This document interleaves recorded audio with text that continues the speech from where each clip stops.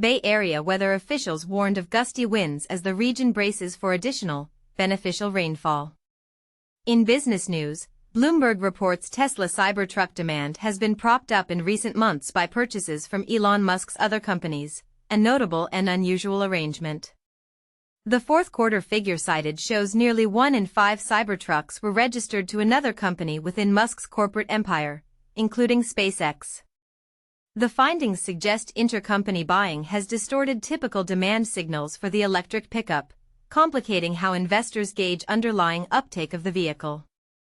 The report highlights how Musk's corporate ecosystem can influence key product metrics and market perception.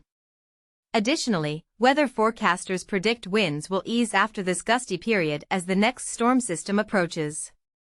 Analysts cited by Bloomberg say affiliate buying can distort demand signals, impacting production planning.